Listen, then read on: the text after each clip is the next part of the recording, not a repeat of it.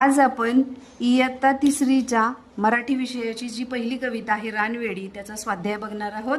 चला तर मग प्रश्न प्रकार आहे एका वाक्यात उत्तरे द्या.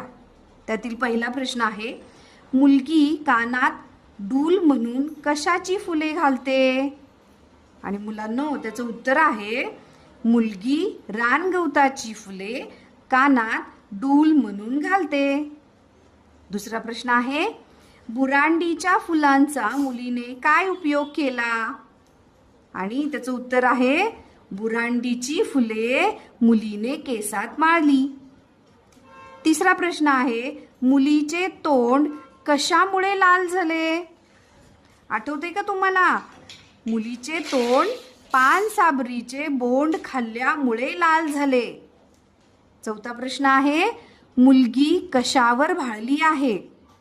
आणि त्याचं उत्तर आहे मुलगी डोंगरावर भाळली आहे. पाचवा प्रश्न आहे पाऊस आल्यावर मुलगी कोठे लपते.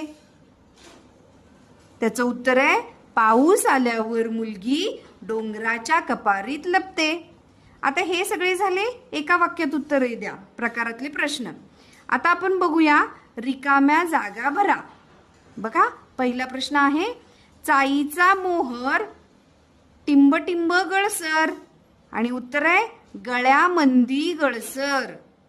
दुसरा प्रश्न आहे पोर माळावर खेळली अन टिंब टिंब संग बोलली. कोणा संग बोलली ती. वाऱ्या संग बोलली.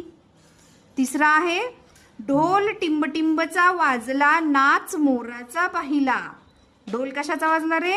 ढोल ढगांचा वाजला. अशा प्रकारे या कवितेचा हा स्वाध्याय आहे. जर तुम्हाला हे आवडलं तर माझ्या यूट्यूब चॅनलला नक्कीच लाईक शेअर आणि सबस्क्राईब करा. थँक्यू.